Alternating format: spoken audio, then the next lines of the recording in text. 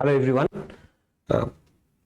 আসন্ন যে পিএসসি ক্লার্কশিপের পরীক্ষা সেটার কথা মাথায় রেখে ভিএসসি পক্ষ থেকে আমাদের যে ক্লার্কশিপের কিছু প্রিভিয়াস ইয়ার কোশ্চেন এবং কিছু সাজেস্টিভ এমসিকিউ আমি ডিসকাস করছি।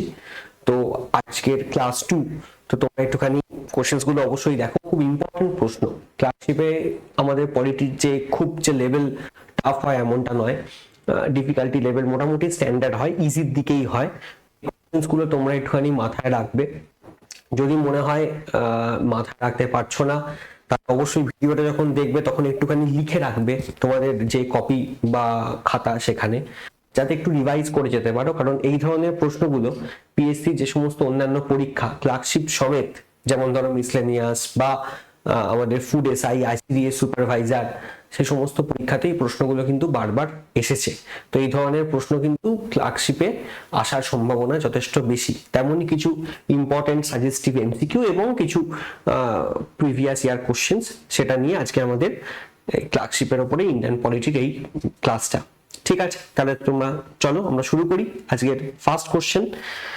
দেখে নাও আজকের ফার্স্ট কোশ্চেন যেটা আছে, হুইচ অফ দ্য কোশ্চেন যেটা করা হয়েছে সেটা হলো which of the following is not among the 6 fundamental rights provided by the constitution of India. এদের মধ্যে মানে আমাদের যে ফান্ডামেন্টাল রাইটস গুলোর মধ্যে যে ফান্ডামেন্টাল রাইটস আছে তাদের মধ্যে কোনটা এখানে মানে এমন একটা রাইট আছে ফান্ডামেন্টাল রাইটে লিস্টেড নট। প্রথমত বলি ফান্ডামেন্টাল রাইটস নিয়ে যদি আমি বলি, ফান্ডামেন্টাল রাইটস এর কথা বলা আছে part 3 of the Indian constitution. ঠিক আছে, যদি কভারেজ অফ আর্টিকেল আমি বলি তাহলে সেটা হচ্ছে আর্টিকেল 12 থেকে আর্টিকেল 35। তাহলে রাইট টু ইকুয়ালিটি আমি যদি দেখি পরপর যদি আমি ভিডিওগুলো দেখি, এই যদি দেখি পরপর রাইটগুলো, রাইট টু ইকুয়ালিটি আর্টিকেল 14 থেকে 18 ভেতরে রয়েছে, তাহলে এটা ফান্ডামেন্টাল রাইটস এর পার্ট। রাইট এগেইনস্ট এক্সপ্লয়টেশন এটা আর্টিকেল 23-24 এর ভেতরে রয়েছে, তাহলে এটাও ফান্ডামেন্টাল রাইটের part. Right to freedom of religion এটা আর্টিকেল 25 থেকে 28 এর ভেতরে রয়েছে, তাহলে ন্যাচারালি এটাও আমাদের ফান্ডামেন্টাল রাইটস এর পার্ট। কিন্তু আমরা সবাই জানি রাইট টু প্রপার্টি, যেটা আগে আমাদের ফান্ডামেন্টাল রাইটের পার্ট হলেও বর্তমানে কিন্তু রাইট টু প্রপার্টি এটা কিন্তু ফান্ডামেন্টাল রাইট থেকে সরিয়ে দেওয়া হয়েছে, তাই তো। 44th অ্যামেন্ডমেন্ট অ্যাক্ট 1978 এর মাধ্যমে রাইট টু প্রপার্টিকে আমাদের পার্ট 3 থেকে সরিয়ে ওটাকে কিন্তু পার্ট 12 আর্টিকেল 300 এর ভেতরে আমরা নিয়ে গেছি, এবং অবভিয়াসলি পার্লামেন্টের এই অ্যামেন্ডমেন্টের মাধ্যমে রাইট টু প্রপার্টিকে কিন্তু পার্ট 3 থেকে সরিয়ে দেওয়া হয়েছে, মানে আমাদের যে ফান্ডামেন্টাল রাইটস এর লিস্ট সেখান থেকে সরিয়ে দেওয়া হয়েছে। তাহলে আমি যদি আনসার করি right two property will be the correct answer. কেন? কারণ আরেকবার আমি জাস্ট লিখে দিই এখানে, রাইট টু প্রপার্টি বর্তমানে যেখানে আছে সেটা হলো পার্ট 12 এর ভেতরে রয়েছে, এবং আর্টিকেল যদি আমি বলি আর্টিকেল 300 এর ভেতরে রয়েছে। তাহলে কারেক্ট আনসার এখানে যেটা হচ্ছে রাইট টু প্রপার্টি। ঠিক আছে, চলো আমরা নেক্সট কোশ্চেনে চলে যাই। রাইট টু প্রপার্টি এটা হয়ে গেল। নেক্সট কোশ্চেন যেটা বলা হয়েছে কোশ্চেন নাম্বার 2। কোশ্চেন নাম্বার 2 যেটা বলছে সেটা হলো which article of the constitution protect right of minorities to establish and administer educational institution of their choice। অর্থাৎ যারা মাইনরিটি আছেন, অর্থাৎ আমাদের দেশে দু ধরনের মাইনরিটি হয় as per article 30, religious minority এবং লিঙ্গুইস্টিক মাইনরিটি। তো এই যে মাইনরিটিরা তারা তাদের মতো করে এডুকেশনাল ইনস্টিটিউশন তৈরি করতে পারবে এবং সেগুলোকে পরিচালনা করতে পারবে। কিসের জন্য? না যারা তাদের এই ইনস্টিটিউশনগুলোর মাধ্যমে তারা তাদের কালচারকে প্রমোট করবে, তাদের ল্যাঙ্গুয়েজকে, তাদের স্ক্রিপ্টকে প্রমোট করবে। এইটার কথা কোন আর্টিকেলে বলা আছে? দেখো 4টে অপশন এখানে দেওয়া আছে, আর্টিকেল 30, আর্টিকেল 26 এবং আর্টিকেল 4টে আর্টিকেল তোমাদের পরীক্ষাতে আসে, ইম্পর্টেন্ট। আগে আমি বললাম যে মাইনরিটিরা তাদের কালচারকে প্রোটেক্ট করবে, তাদের স্ক্রিপ্টকে প্রোটেক্ট করবে এবং অবশ্যই তাদের যে ল্যাঙ্গুয়েজ সেটাকে প্রোটেক্ট করবে। কথা আর্টিকেল 29 বলা আছে। তারপর ধরো আমাদের যে রিলিজিয়াস গুলো, আমাদের যে বিভিন্ন রিলিজিয়াস যে সমস্ত সংস্থা, মন্দির, মসজিদ, তারা কিভাবে তাদের ধর্মকে প্রচার করবে সে কথা আর্টিকেল 26 বলা আছে। আর্টিকেল 19 বলা আছে right to freedom of speech and expression, এবং আরো 6টা রাইট এখানে বলা আছে, যেমন ধরো to move, right to settle in any part of our country, তাছাড়া ধরো রাইট টু অকুপেশন, সেগুলো সব আর্টিকেল 19 স্পেসিফিক্যালি লিবার্টি রিলেটেড যে আর্টিকেলস গুলো সেগুলোর কথা আর্টিকেল 19 বলা আছে। এবং মাইনরিটিরা তাদের ইনস্টিটিউশন তৈরি করবে কথা যে আর্টিকেলে বলা আছে সেটা হলো আর্টিকেল 30। তাহলে কারেক্ট আনসার হলো আর্টিকেল 30। আমরা যে সমস্ত ইনস্টিটিউশন গুলো দেখি, যেমন ধরো মাদ্রাসা থেকে শুরু করে Saint Xavier's, Don Bosco, Saint Jane college, Jane school, সেগুলো কিন্তু সবই আর্টিকেল 30 এক্সাম্পল। অর্থাৎ মাইনরিটিরা তাদের মতো করে ইনস্টিটিউশন তৈরি করতে যাতে তারা তাদের ল্যাঙ্গুয়েজকে, স্ক্রিপ্টকে এবং তাদের যে কালচারকে সেটা প্রমোট করতে পারে। Correct answer article 30, option D is the correct answer. আমরা নেক্সট প্রশ্নে চলে যাই। নেক্সট প্রশ্ন যেটা বলছে সেটা হলো which article of the Constitution of Indian Republic relates to the protection of life and personal liberty? Protection of life and personal liberty এর কথা এখানে বলা হয়েছে, রাইট টু লাইফের কথা বলা হয়েছে, খুব ইম্পর্টেন্ট আর্টিকেল। 4টে আর্টিকেল তোমাদের অপশনে রয়েছে। আর্টিকেল 19 একটু আগে আমরা আলোচনা করছিলাম, আর্টিকেল 20, 21, 22। যদি কোনো মানুষকে অ্যারেস্ট করা হয়, ডিটেন করা হয়, সেই সময় অ্যারেস্ট এবং ডিটেনশনের ক্ষেত্রে কিছু প্রোটেকশন, ফান্ডামেন্টাল রাইটস বাবদ তাকে দেওয়া হয় বা সে পায়, সেটার কথা আর্টিকেল 22 বলা আছে। আনসার হবে না। যখন তাকে দোষী সাব্যস্ত করা হয় তখন যে প্রোটেকশন গুলো পায়, কনভিকশন ক্ষেত্রে যে প্রোটেকশন, সেটার কথা আর্টিকেল বলা আছে, সেটা আর্টিকেল 19 আমি একটু আগে আলোচনা করছিলাম। Right to life and personal liberty যে আর্টিকেলে বলা আছে সেটা হলো আর্টিকেল 21, অর্থাৎ option B is the correct answer. Article 21 right to life and personal লিবার্টির কথা বলা আছে। তাহলে এখানে কারেক্ট আনসার কি হচ্ছে? কারেক্ট আনসার হচ্ছে অপশন বি। আমি ডিটেলে এক্সপ্লেন করছি না, এক্সপ্লেন করার প্রয়োজনও নেই, কারণ আলটিমেট দিনের শেষে আমাদের যে এই ক্লার্কশিপের যে ক্লাস, সেখানে আমরা কিছু ইম্পর্টেন্ট কোশ্চেন তোমাদের সাথে পরীক্ষার আগে আলোচনা করে নিচ্ছি, এবং জাস্ট এই প্রশ্নগুলো তোমরা একটু রিভিশন পারপাস দেখে যাও যাতে তোমাদের হেল্প হয়। আমরা নেক্সট প্রশ্নে চলে যাই। 4 নম্বর প্রশ্ন।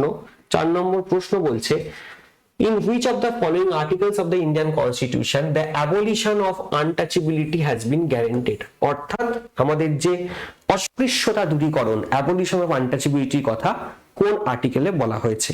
এই আনটাচেবিলিটি কথাটার এক্সাক্ট মানে হলো যখন কাস্টের ভিত্তিতে তোমাকে ডিসক্রিমিনেট করা হচ্ছে সোসাইটি থেকে, কাস্টের ভিত্তিতে তোমাকে সোশ্যালি বয়কট করা হচ্ছে। তুমি দোকানে যাচ্ছ, তোমাকে বলা হচ্ছে আপনি একজন শিডিউল কাস্ট, আপনাকে এখানে জিনিস কিনতে দেওয়া হবে না।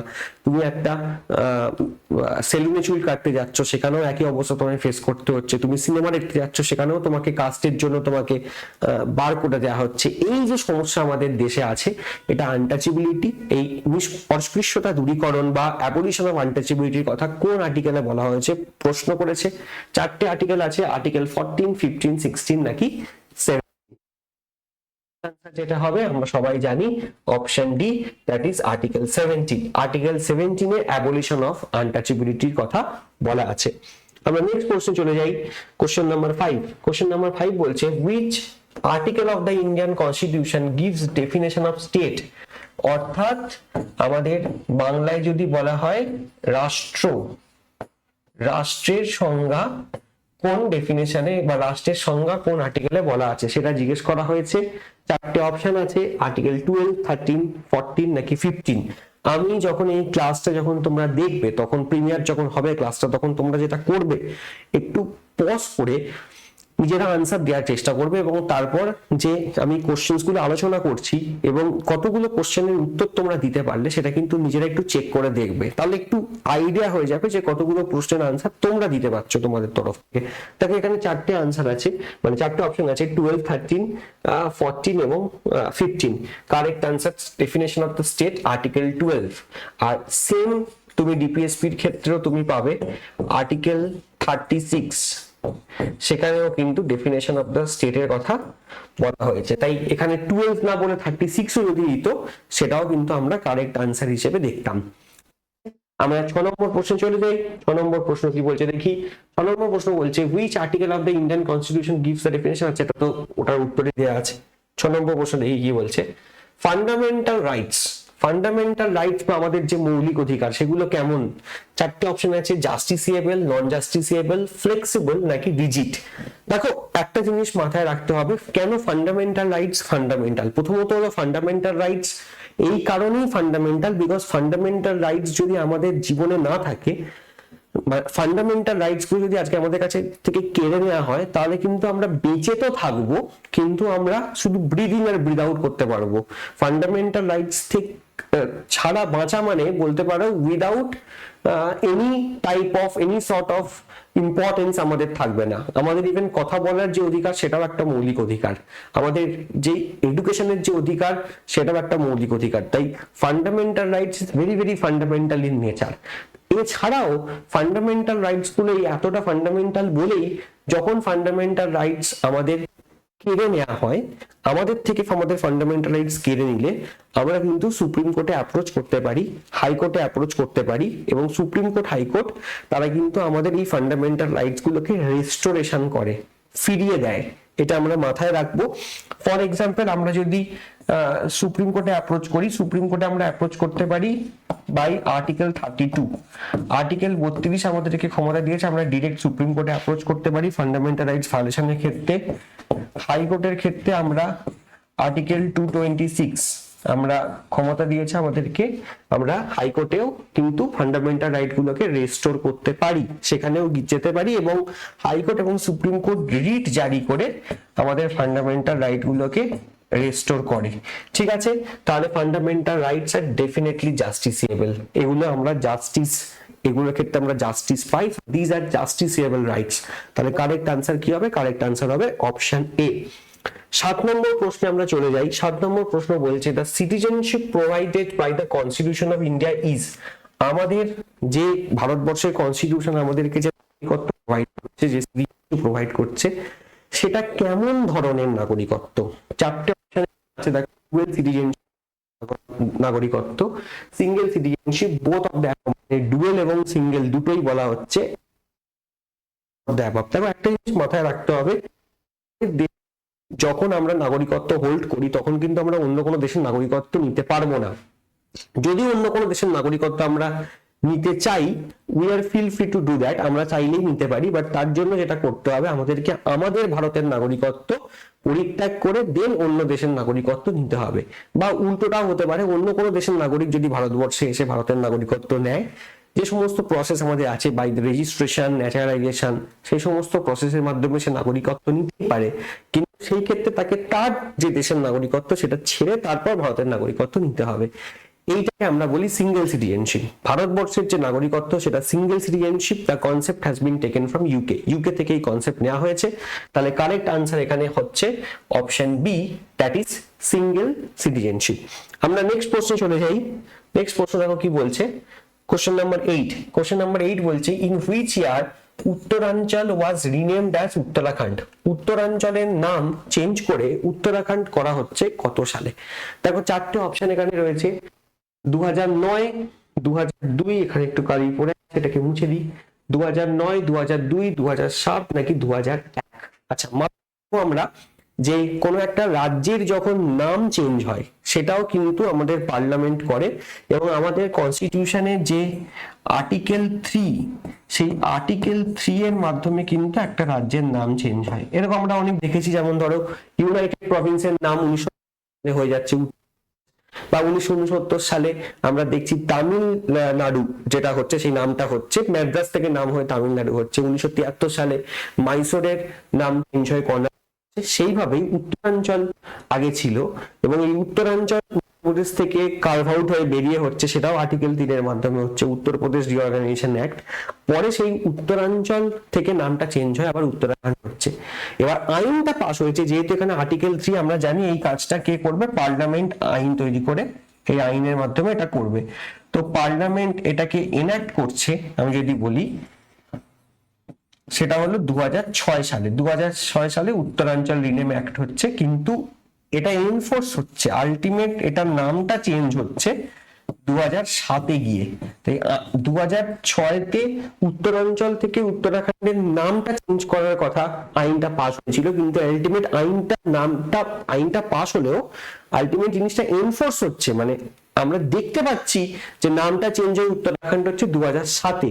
তাহলে এখানে 2006 এমনিতেও অপশনে নেই, কনফিউশন হওয়ার কোনো জায়গাও নেই, কারেক্ট আনসার হবে অপশন সি, দ্যাট ইজ 2007।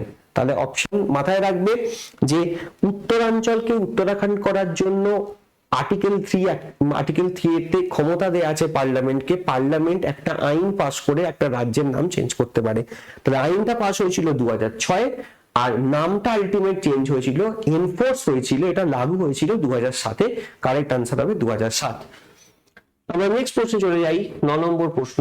9 নম্বর প্রশ্ন বলছে Mysore was renamed as Karnataka in which year? অর্থাৎ যেটা আগে নাম ছিল মাইসোর, মাইসোরের নামটা চেঞ্জ হয়ে কর্ণাটক হচ্ছে। তাহলে এখানেও সেই এক, পার্লামেন্ট আর্টিকেল 3-তে পার্লামেন্টকে ক্ষমতা দেওয়া আছে, পার্লামেন্ট একটা রাজ্যের নাম চেঞ্জ করতে পারে। এখানে কি হচ্ছে, আগে নাম ছিল মাইসোর, পরে হচ্ছে কর্ণাটক। কত সালে এটা হচ্ছে? 4টে অপশন আছে, 1981, 1972, 1973 নাকি 1992। কারেক্ট আনসার হবে 1973। 1973-তে রাজ্যের নাম ছিল মাইসোর, সেটা চেঞ্জ হয়ে হচ্ছে কর্ণাটক। তোমরা মনে রাখবে 1950 প্রথম যে রাজ্যের নাম চেঞ্জ হচ্ছে সেটা একটু মাথায় রাখবে। আগে নাম ছিল ইউনাইটেড প্রভিন্স, আগে নাম ছিল ইউনাইটেড প্রভিন্স। ইউনাইটেড প্রভিন্সের নামটা চেঞ্জ হয়ে হচ্ছে উত্তরপ্রদেশ। উত্তরপ্রদেশ এটা প্রথম বলতে পারো আমাদের নাম চেঞ্জ হচ্ছে। অবভিয়াসলি আমি বলতে চাইছি আমাদের স্বাধীনতার পরে, মানে যখন আমাদের ভারতবর্ষ ইন্ডিপেন্ডেন্ট ইন্ডিয়া, সেখানে এটা 1950 সাল। আর মাইসোরের নাম চেঞ্জ হয়ে কর্ণাটক হয়েছে, সেটা হবে তোমাদের 1973-এ। আমরা নেক্সট প্রশ্নে চলে যাই। নেক্সট প্রশ্ন এটা বলছে, সেটা হলো which of the following constitutional amendment integrated Sikkim as a full fledged state of the Indian union? সিকিমকে একটা পূর্ণ রাজ্যের মর্যাদা দেওয়া হচ্ছে, এবং সেটা কোন অ্যামেন্ডমেন্টের মাধ্যমে হচ্ছে? দেখো এখানে 4টে অপশন আছে, 34th constitutional amendment act, 35th amendment act, 36th amendment act নাকি 37। মাথায় রাখবে সিকিম প্রথমে ছিল অ্যাসোসিয়েট স্টেট। অ্যাসোসিয়েট স্টেট যখন হচ্ছে সেটা হলো 30 অ্যামেন্ডমেন্ট অ্যাক্ট 1974। আর 75 সালে যখন সিকিম ফুল ফ্লেজ স্টেট হচ্ছে, 30তম সংশোধনী আইন কিন্তু কারেক্ট 1975। আমি সালটাও বলে দিই, কারণ পরীক্ষাতে দিতে পারে যে কত সালে সিকিম আলটিমেট পূর্ণ রাজ্যের মর্যাদা পেয়েছে। আনসার হবে 1975, 36 কনস্টিটিউশন অ্যামেন্ডমেন্ট অ্যাক্ট। আমরা 11 নম্বর প্রশ্নে চলে যাব। 11 নম্বর প্রশ্ন এটা আমাদেরকে বলছে, how many states and union territories did the state reorganisation commission creates in 1956? 1956 সালে স্টেট রিঅর্গানাইজেশন যে আইন পাস হয়, এবং সেই সময় যে 7th কনস্টিটিউশন অ্যামেন্ডমেন্ট অ্যাক্ট হয়, যেখানে আমাদের আগে part A B C D, 1950 সালে গোটা ভারতবর্ষকে আমরা 4টে পার্টে এ বি সি ডি তে ভাগ করে দিয়েছিলাম। এ তে ছিল গভর্নর প্রভিন্স, বি তে ছিল প্রিন্সলি স্টেটস, সি তে ছিল হলো আমাদের যেগুলো আমরা বলি ইউনিয়ন টেরিটরি এখন, ওগুলোকে তখন চিফ কমিশনার এরিয়াস বলা হতো, এবং ডি তে ছিল আন্দামান অ্যান্ড নিকোবর। এই যে স্ট্রাকচার সেটা চেঞ্জ হয়ে ভাষার নিরিখে রাজ্য তৈরি হচ্ছে, এবং কতগুলো রাজ্য এবং ইউনিয়ন টেরিটরি হচ্ছে 56 সালে যে স্টেট রিঅর্গানাইজেশন হয় তার মাধ্যমে। এবং এখানে যে স্টেট রিঅর্গানাইজেশন কমিটি, তার নামটাও তোমরা একটুখানি মাথায় রাখবে, ফজল আলী কমিশন, এটার কথাও তোমরা একটু মাথায় রাখবে। এবং 14টা স্টেট এবং 6টা ইউনিয়ন টেরিটরি তৈরি হচ্ছে। তাহলে কারেক্ট আনসার হবে 14টা স্টেট এবং 6টা ইউনিয়ন টেরিটরি 1956 সালে তৈরি হচ্ছে। বর্তমান ভারতে আমি যদি বলি 28টা স্টেট রয়েছে, এটা পরীক্ষায় দেয় যে বর্তমানে কটা 28টা স্টেট এবং কতগুলো ইউনিয়ন টেরিটরি আছে, 8টা ইউনিয়ন টেরিটরি আছে। ঠিক আছে, তাহলে আমরা নেক্সট প্রশ্নে চলে যাই, কোশ্চেন নাম্বার 12। কোশ্চেন নাম্বার 12 যেটা বলছে, Which of the following is empowered to alter the boundaries of state under the Constitution of India? অর্থাৎ সংবিধানে কাকে ক্ষমতা দেয়া হয়েছে যে সে একটা রাজ্যের যে বাউন্ডারি সেটাকে চেঞ্জ করতে পারে। যেমন আমি একটা এক্সাম্পল তোমাদেরকে বলছি, ধরো আগে যেটা ছিল মধ্যপ্রদেশ, সেই মধ্যপ্রদেশের বাউন্ডারিটা কিছুটা অল্টার করেছে, চেঞ্জ হয়েছে এবং মধ্যপ্রদেশ এবং ছত্তিশগড় তৈরি হয়েছে। ঠিক আছে, আগে যেটা ছিল বিহার, সেই বিহারের যে বাউন্ডারি সেটাও অল্টারনেট মানে কিছুটা অল্টার করেছে, ছোট হয়েছে এবং এটা ভেঙে বিহার এবং ঝাড়খণ্ড তৈরি হচ্ছে। তাহলে আমি যদি বলি যে এই যে অল্টারনেশন অফ বাউন্ডারি সেইটা কে করতে পারছে, তো ডেফিনেটলি এই দুটোর ক্ষেত্রেই কিন্তু রিঅর্গানাইজেশন হয়েছে। দুটোর ক্ষেত্রে কি হয়েছে না রিঅর্গানাইজেশন হয়েছে। আর আমরা জানি যে রিঅর্গানাইজেশন কে করতে পারে, রিঅর্গানাইজেশন করতে পারে হলো ভারতবর্ষের পার্লামেন্ট। তার মানে পার্লামেন্ট রাজ্যগুলোকে রিঅর্গানাইজ করে তার মতো করে বাউন্ডারি অল্টারেট করতে পারে। এটার কথা আমাদের আর্টিকেল 3 তে বলা আছে যে এক্সিস্টিং স্টেট গুলোকে রিঅর্গানাইজ করতে পারে পার্লামেন্ট। কে করতে পারে? পার্লামেন্ট। তাহলে কারেক্ট আনসার কি হবে? Option A, that is parliament. তাহলে আমরা মাথায় রাখবো option A, parliament will be the correct answer. আমরা নেক্সট প্রশ্নে চলে যাই। 13 নম্বর প্রশ্ন। 13 নম্বর প্রশ্ন বলছে on which day the design of national flag of India was adopted? কোন দিনে আমাদের গণপরিষদ আমাদের যে ন্যাশনাল ফ্ল্যাগ যেটাকে ডিজাইন করেছিলেন পিঙ্গালি ভেঙ্কাইয়া সেটা অ্যাডপ্ট করছে গণপরিষদ, সেটা কোন দিন? দেখো অপশন 4টে আছে।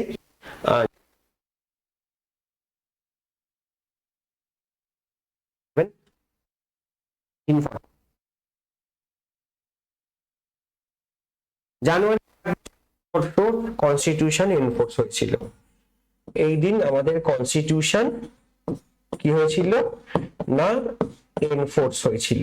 তাহলে কনস্টিটিউশন এনফোর্স কবে হচ্ছে? কনস্টিটিউশন এনফোর্স হচ্ছে জানুয়ারি 26। যদি বলি আগস্ট 15 অবভিয়াসলি আমাদের independence day, transformation of power হয়েছিল ইন্ডিপেন্ডেন্স ডে। ঠিক আছে, ট্রান্সফরমেশন অফ পাওয়ার এটা হয়েছিল। জুন 10 এর তেমন সিগনিফিকেন্স নেই, July 22 is the correct answer. 22শে জুলাই 1947 সালে আমাদের যে তিরঙ্গা ন্যাশনাল ফ্ল্যাগ যেটা ডিজাইন করেছিলেন পিঙ্গালি ভেঙ্কাইয়া সেটা কিন্তু আমরা অ্যাডপ্ট করি 22 জুলাই 1947। তাহলে B is the correct answer. Next প্রশ্নে আমরা চলে যাই 14 নম্বর প্রশ্ন। 14 নম্বর প্রশ্ন বলছে দ্য ভারতবর্ষের যে গণতন্ত্র বা ডেমোক্রেসি সেই কথাটা মানে, ঠিক আছে, ডেমোক্রেসি বলতে আমরা কি বুঝি? ডেমোক্রেসির যদিও অনেক মিনিং হয়, তবুও ডেমোক্রেসি বলতে কি বোঝানো হয় ভারতবর্ষের নিরিখে বা ভারতবর্ষের প্রস্তাবনা বা প্রিএমবেল বা সংবিধানের নিরিখে সেটা প্রশ্ন করা হয়েছে। কি কি অপশন আছে একটু দেখে নি। ফার্স্ট অপশনটা বলছে কনস্টিটিউশন ইজ রিটেন, সংবিধান আমাদের লিখিত। হ্যাঁ, সংবিধান লিখিত বটেই, constitution obviously written constitution. UK যেমন, তো ইউকেতে যেমন রিটেন কনস্টিটিউশন নয়, ওখানে আনরিটেন। ইউএস এর কনস্টিটিউশন আবার রিটেন, কিন্তু রিটেন কনস্টিটিউশনের সাথে গণতন্ত্রের কোনো সম্পর্ক নেই। এইটাকে আমি আনসার করতে পারবো না। Fundamental rights have been provided, ভারতবর্ষের সংবিধানে ফান্ডামেন্টাল রাইটস দেওয়া আছে, অফকোর্স দেওয়া আছে, ভারতবর্ষের সংবিধানের পার্ট 3 তে ফান্ডামেন্টাল রাইটস গুলোর কথা বলা আছে, কিন্তু তার সাথে ডেমোক্রেসির কোনো বা গণতন্ত্রের কোনো সম্পর্ক নেই, এটাকেও আমাকে ক্রস করতে হবে। Public enjoy the right to choose and change the government, আমাদের এখানে মানুষের কাছে ক্ষমতা আছে, মানুষ সরকার তৈরি করতে পারে, অর্থাৎ ভোটের মাধ্যমে, ইলেকশনের মাধ্যমে মানুষ সরকার তৈরি করতে পারে।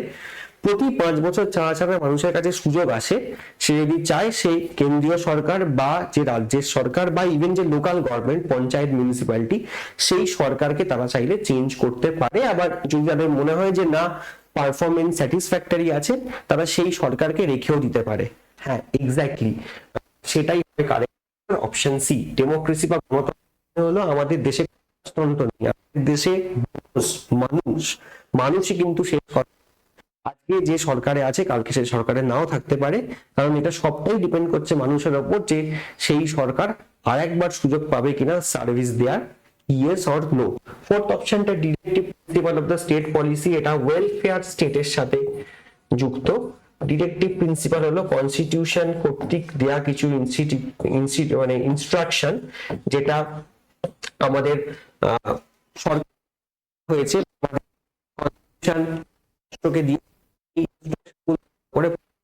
এর সাথে কিন্তু ডেমোক্রেসি কোন সম্পর্ক নেই। কারেক্ট আনসার হলো option C. Option C is the correct answer. আমরা নেক্সট প্রশ্নে চলে যাই, 15 নম্বর প্রশ্ন। 15 নম্বর প্রশ্ন বলছে which among the following is not mentioned in the preamble of the Constitution of India? আমাদের প্রিয়াম্বেলে এদের মধ্যে কোনটার মেনশন নেই বলা আছে। হ্যাঁ, চারটে অপশন দেখো, social justice, economic justice, political justice, religious justice. অর্থাৎ জাস্টিস কথাটা তো বলা আছে আমরা সবাই জানি।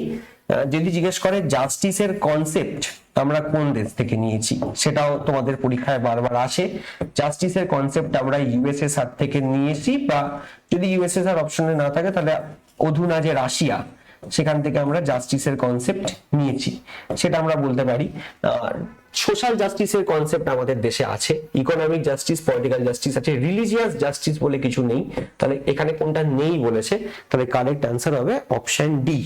ঠিক আছে, যেমন যদি আমি লিবার্টির ক্ষেত্রে বলি, লিবার্টির ক্ষেত্রেও বলা আছে যে কি কি ধরনের লিবার্টি আমাদের দেশে মানুষের আছে। লিবার্টি অফ থট, এরকম ধরনের প্রশ্ন আসতেই পারে। Liberty of thought, liberty of expression and liberty of belief. Liberty of thought, expression and belief, এটার কথাও আমাদের কনস্টিটিউশনে বলা আছে। জাস্টিসের ক্ষেত্রে social justice, economic justice, political জাস্টিসের কথা বলা আছে। তাহলে রিলিজিয়াস জাস্টিস বলে কিছু আমাদের সংবিধানে নেই। রিলিজিয়াস কিছু ফান্ডামেন্টাল রাইটস আছে অবভিয়াসলি, বাট রিলিজিয়াস জাস্টিস নেই। তাহলে কোনটা নেই বলেছে, তাহলে option D is the correct answer. ঠিক আছে, তো আশা করি বুঝতে পেরেছো। ঠিক আছে, তো এই হলো মোটামুটি আমাদের এই ক্লাসের কিছু ইম্পর্টেন্ট প্রশ্ন। তোমরা বারবার রিভিশন দাও, প্রশ্নগুলো দরকার হলে একটু নোট ডাউন করে রাখো, এবং এই যে ক্লাসের রেকর্ডিংটা সেটাও দরকার হলে দেখতে পারো। পরীক্ষার আগে বারবার রিভিশন করে নেওয়া দরকার, কারণ এখানে আমি সেই প্রশ্নগুলোই চয়েস করেছি যে প্রশ্নগুলো এর আগে পিএসসির বিভিন্ন পরীক্ষাতে রিপিট করা হয়েছে। তো আসন্ন যে ক্লার্কশিপ পরীক্ষা, সেই পরীক্ষা সবার খুব ভালো হবে আমি আশা করছি, এবং এই প্রশ্নগুলোর মধ্যে হয়তো কিছু কমন কোশ্চেনও তোমরা পরীক্ষার যে সেট সেখানে দেখতে পাবে। থ্যাংক ইউ এভরিওয়ান, সবাই খুব ভালো থেকো।